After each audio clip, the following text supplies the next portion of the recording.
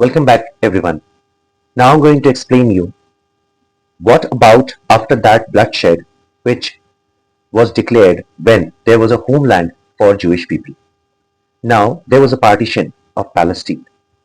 A new country in the year 1948 was formed known as Israel. Now this led to the first Arab-Israel war.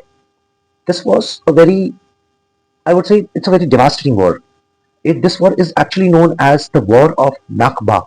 Nakba means a catastrophic effect in which the people of Palestine got displaced from the new homeland for Jewish, that is Israel, to their native Palestine place. In this context, if I say the Arab countries were against the Israel, now they are finding Israel as a rival country, which is surrounded entirely by the Arab countries, which follow many of the countries follow the rule of Sharia. So this was a war in which Israel emerged as a winner, and Israel expanded its territory, what was actually previously sanctioned by United Nations organization.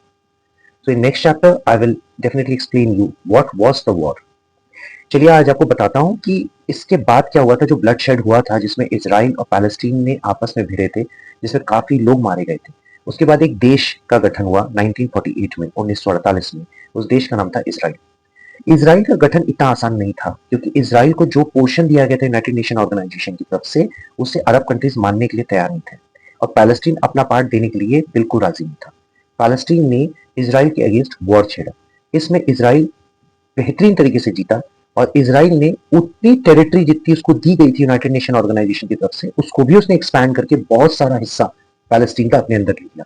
एक disputed area का नाम आप लोग सुनते हैं, उसका नाम है गाजा स्ट्रिप, जो कि वॉर के दौरान जीती गई थी। नेक्स्ट चैप्टर में मैं आपको ये बताऊंगा कि एग्जैक्टली उस वॉर में हुआ क्या था, और उस वॉर के होने के पीछे मुद्दे और कारण क्या थे।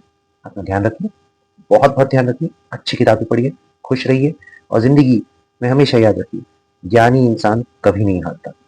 अज्ञानी ज्ञानी के सामने हमेशा और हमेशा अज्ञानी ही रहेगा। तो ज्ञानी व्यक्ति बनिए, अज्ञानी नहीं। धन्यवाद।